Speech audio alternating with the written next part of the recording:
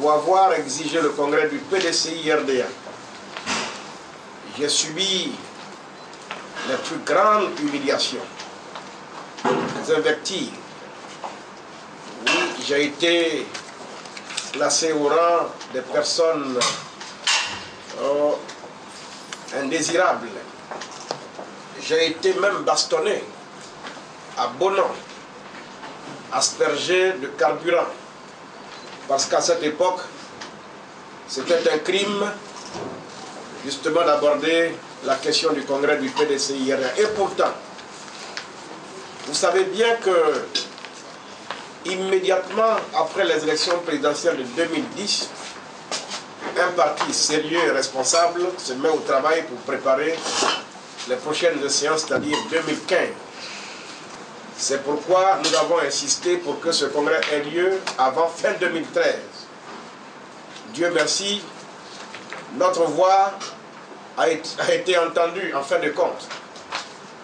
Écoutez, à vaincre sans péril, on triomphe sans gloire.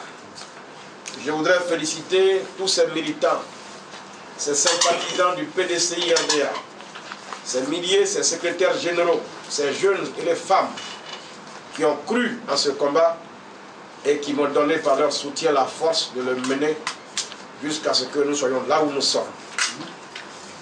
Finalement, nous avons décidé au regard du thème que nous sommes donnés librement, c'est-à-dire renouveau, rajeunissement et renaissance. Nous avons décidé d'offrir notre candidature comme réponse aux aspirations légitimes de nos militants de base. J'ai fait le tour de la Côte d'Ivoire, je connais l'état d'esprit de nos militants, je sais ce qu'ils veulent, je sais comment ils viennent au congrès. Je vais vous dire que ce congrès-là, je ne sais pas, mais je vous le répète, vous serez surpris et moi je vais le gagner.